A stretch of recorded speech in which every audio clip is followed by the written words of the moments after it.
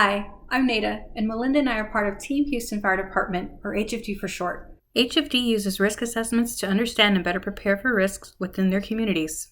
Our original project objective was to conduct a general risk assessment of Houston. As our project progressed, the COVID-19 pandemic spread globally and our daily life changed. As we watched the spread of COVID-19 throughout the world, we began to understand how demographic factors such as older age, lower socioeconomic status, and densely populated areas can lead to higher risk for severe COVID-19 cases. Understanding which populations in Houston are at most risk for severe symptoms is critical to appropriate constrained resources and to protect our first responders from exposure. Just 3 weeks ago, we decided to shift our focus and add on a COVID-19 specific risk assessment. Our risk assessment examines similarities and differences of block groups based on COVID-19 risk and emergency call demand. We incorporated HFD's call data from 2013 to determine which areas of Houston have high call demand. This impacts how HFD traditionally allocates resources. In other words, block groups that have made more calls historically received more resources. During a pandemic, blindly giving resources to higher calling block groups can be dangerous when call demands do not align with COVID-19 risk areas. For example, a neighborhood that has a high COVID-19 risk but low call demand might be overlooked and may not have enough resources allocated towards it. Low resource allocation could expose firefighters or allow COVID-19 cases to go undetected, which increases spread. Looking at daily call volumes from March 1st through April 12th of this year, there is a decreasing trend. Breaking call data down into call categories, we see motor and health calls decrease, while fire calls stay relatively the same. This overall decrease in call volume is caused by behavioral changes due to people staying at home.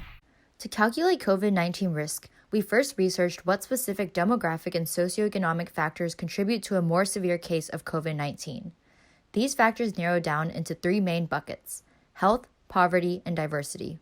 To convert these census data factors into an index, we used the same method that the United Nations uses to calculate risk. We scaled each factor using 0-1 normalization, then took the averages to create an index. We use a geometric mean of the 3 base indices to assign each block group a coronavirus risk score. We then clustered block groups based on these 3 indices to assign a risk level of high or low. Clustering is used to identify similar groups of data in a dataset. For our project specifically, we use k-means clustering. In k-means, there are k-centroids, where a centroid is what represents the center of a cluster. The algorithm then allocates every data point to the nearest cluster. Just from visualizing all the block groups, we already see 2 distinct clusters forming. We looked at 30 indices for determining the relevant number of clusters and found that 2 clusters would be most optimal and interpretable for our problem. This is a result of our high and low risk clusters. The cluster locations are very similar to the risk indices map. Examining cluster call distributions, the lower risk cluster has a larger portion of fire calls than the high risk cluster. Since fire calls have stayed relatively stable and health calls have declined, this indicates possible mismatch between low COVID-19 risk block groups having a high call demand. Next, we assign call demand by calculating the call probability for each block group based on call data from 2013 to today. We then use the mean of the dataset to create a threshold for dividing block groups into high and low call demand. Our final step was to combine the COVID-19 risk levels and call demand to create final risk levels. Areas with differences in COVID-19 risk and call demand are deemed mismatched and higher risk for HFD. With this map, we've identified block groups at risk, but to improve interpretability for HFD, we've remapped our results by fire district. Fire district risk levels were created by taking a weighted average of the block groups in each fire district. This provides HFD with concrete information for districts that are mismatched in COVID-19 risk and call demand. Districts with a low COVID-19 risk and high call demand could create a strain on city resources that are already low. We can lower call demand by decreasing automatic fire alarm calls, which make up about half of fire calls. Residents can make sure their fire alarms have good batteries and fire detectors are up to date.